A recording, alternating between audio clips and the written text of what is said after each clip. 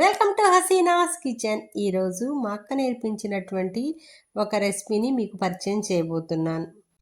Full కాకరకాయతో పచ్చడి ఎలా పెట్టాలో ఇప్పుడు చూద్దాం. దానికి ముందుగా 1 కేజీ కాకరకాయలు తీసుకొని చక్కగా చెక్కంతా తీసేసి ఇలా ఘాట్లు పెట్టి ఉంచుకోవాలన్నమాట. మొత్తం చాప్ చేయాల్సిన అవసరం లేదండి, రఫ్లీ చాప్ చేస్తే సరిపోతుంది. ఇలా 2-3 ఘాట్లు పెట్టడం వల్ల మసాలాలన్నీ లోపలికి వెళ్ళి చాలా టేస్టీ అయిన పచ్చడి తయారవుతుంది. ఉప్పు పసుపు వేసేసి బాగా కలియబెట్టాలి. కలియబెట్టిన తర్వాత 1 కేజీకి 1/2 లీటర్ వాటర్ పోయాలి. అంతకంటే ఎక్కువ పట్టవండి, పట్టినా కూడా అది బాగా నుజ్జు అయిపోతుంది. అలా కాకుండా 1 లీటర్ వాటర్ పోసి ఒకే 1 విజిల్ రానివ్వాలండి. మామూలుగా అయితే పొయ్యి మీద డైరెక్ట్గా పెట్టామనుకోండి, ఇంకిపోయేంత వరకు పెడితే సరిపోతుంది. నేను 1 విజిల్ వచ్చిన తర్వాత ఎలా వచ్చిందో చూద్దాం. ఇలా వచ్చింది కదా, ఇలా వచ్చింది, వాటిని చూసారు కదా బాగా మెత్తగా అయిపోయింది. ఇలా అయితే సరిపోతుంది. ఎక్కువ విజిల్ రానికండి, 1 విజిల్ రానివ్వండి. దీంట్లో ఇంకా గుక్కెడు వాటర్ మిగిలాయండి, అందుకని అవి తీసేసి చక్కగా ఇలా ఆరబెడుతున్నాను అనమాట.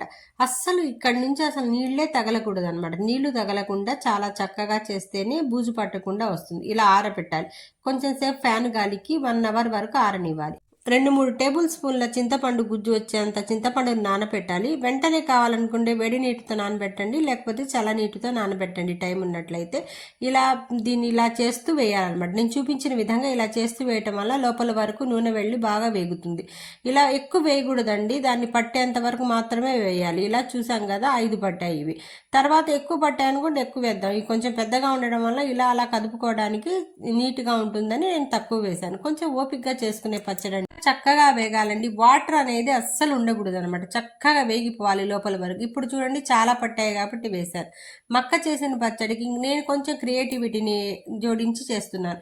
ఈ 3 టమాటాలు అంటే 1/2 కేజీ ఉన్నాయి. వీటిని శుభ్రంగా తుడిచి ముక్కలుగా చేసిన తర్వాత కొంచెం నూనె, ఇందాక కాకరకాయ వేపుకున్నాం కదా, ఆ నూనె వేస్తే సరిపోతుంది. వేసేసి దీన్ని కూడా మగ్గనివ్వాలి.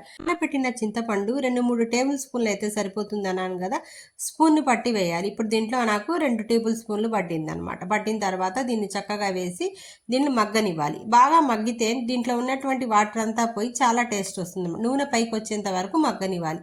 మళ్ళీ ఇది చూడండి, మొత్తం వేపేసాను. వేపిన తర్వాత ఇలా వచ్చాయన్నమాట. ఇప్పుడు దీన్ని కూడా నేను మిక్సీ పట్టాను. టమాటాలు వాటిని కూడా మిక్సీ పట్టాను. ఇప్పుడు తాలింపు కోసం మనకు కావాల్సిన వస్తువులు ఇవి.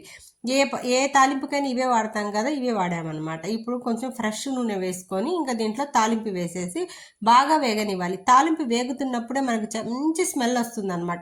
ఆ అరోమాకే అసలు తినేయాలనిపించేంత ఇది ఉంటుందన్నమాట. కాకరకాయ వేగుతున్నప్పుడే వంటగదంతా ఎంత మంచి అరోమా వచ్చిందంటే అంత మంచి అరోమా వచ్చింది. ఇప్పుడు దీంట్లో ఇలా వేగిపోయింది. కరివేపాకులో పచ్చివాసన పోయేంత వరకు వేపేసి ఇలా వేగిన తర్వాత మనం ఇందాక మిక్సీ పట్టుకున్నటువంటి ఈ పదార్థాన్ని మొత్తం వేసేయాలి. అంటే టమాటా, చింతపండు గుజ్జు ఉంది కదా, అది వేసేసి బాగా మగ్గనివ్వాలి. 1 కేజీ కాకరకాయలు 1/2 కేజీ టమాటాలు తీసుకున్నాం కాబట్టి ఇంత గ్లాస్ అయితే సరిపోతుంది అనమాట. ఈ గ్లాస్తో మనం చక్కగా కొలతేసుకొని తీసుకోవాలి. ఉప్పు 3/4 గ్లాసు, కారం గ్లాసు, 2 టేబుల్ స్పూన్ల పసుపు, 2 టేబుల్ స్పూన్ల ఆవాలు, మెంతి పౌడర్, ఇలా ఒక్కొక్కటి యాడ్ చేసుకుంటూ ఉండాలి. యాడ్ చేసే టైంలో వేడిగానే ఉండాలండి. మొత్తం నేను పొయ్యి ఆపినా కూడా చాలా వేడిగానే ఉందన్నమాట. ఎందుకంటే మగ్గి ఉంది కదా, చూసారు కదా, అట్లా వేడిగా ఉంది. తర్వాత కాకరకాయలు వేసేసి దీంట్లో కలయబెట్టేసాను. ఇలా కాకరకాయలు వేసి కలయబెట్టుకోవాలి.